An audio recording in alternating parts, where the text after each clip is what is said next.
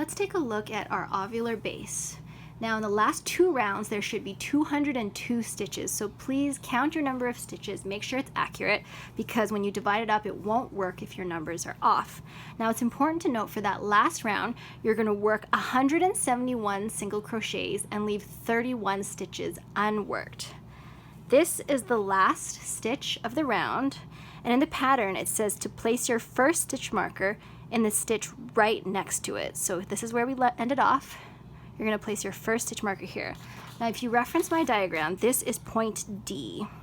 So from here, you're going to count 70 stitches across. So very methodically count 70 stitches across and place your stitch marker B. This is going to be a half double crochet side panel. Next, you're going to count 29 stitches across, place another stitch marker. This is stitch marker A. And then count 70 stitches here, place your last stitch marker, which is C. So these will be the 2 accent panels. These are the 2 half double crochet side panels. And remember that each of these stitch markers counts as 1 stitch. So in total, you should have 202 stitches. And with that, you will be ready to work the half double crochet side panels for week 2.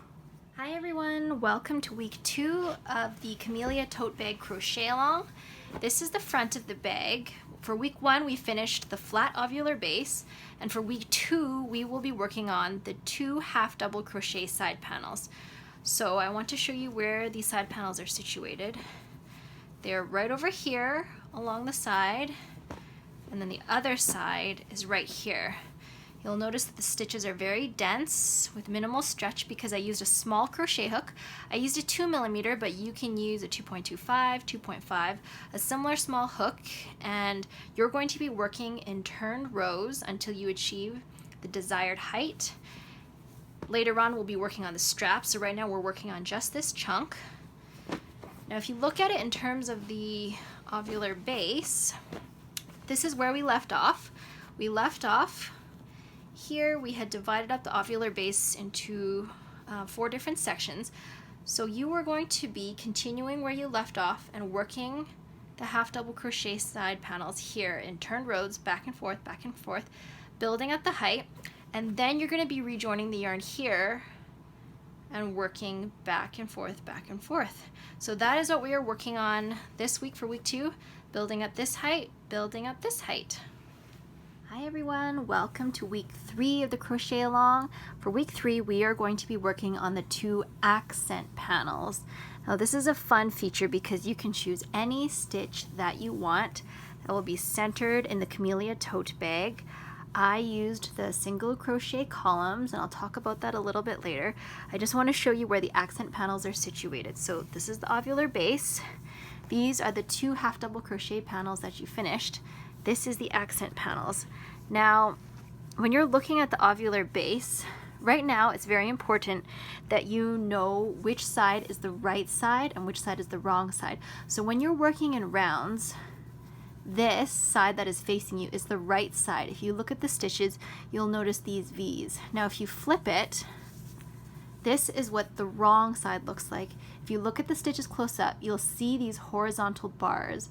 This is the hint that tells you that this is the wrong side of crochet. Now we want this part to actually be on the inside of the bag so that it's not shown. This will be on the outside. So here you go, these are the V's, these are the V's. The stitches with the bars on the other side are on the inside of this bag. So that's important to note because when you are picking up stitches for the accent panel, you're going to be picking up stitches from here to here or here to here, and you want to seam it so that this part is on the outside. So the accent panel consists of 31 stitches, including these 2 stitches. So once again, if we look here, now the single crochet column stitch is worked so that you are stacking single crochets upon each other. The chain 1 gaps are stacked upon each other and the single crochets are stacked upon each other. So this is not like the granite stitch where the single crochets are worked on top of the chain 1 gaps. You want to make sure that it lines up. You're going to keep building at this height until it matches the height of the half double crochet panels. And then it's time to seam this panel to the half double crochet side panels. So I want to show you when I'm doing the seaming, I actually like to flip the bag inside out and work the whip stitches here. You'll see that the whip stitches are more visible on the wrong side. So then when you flip it right side out, the seam is less visible. So you can use that trick when you're whip stitching. And once you are finished this accent panel, the other accent panel, then you are ready to go and you're ready for the last week of our crochet along. Hi everyone, welcome to week 4, our final week of the Camellia tote bag crochet along. We've already worked on the ovular base, the half double crochet side panels, the accent panels, and now we're going to be working on the straps. So I want to point out some important things about the straps. Now, we left the yarn over here in the top left corner of the half double crochet side panel. Now this panel is going to be divided into 2 straps. This is the left strap panel and the right strap panel.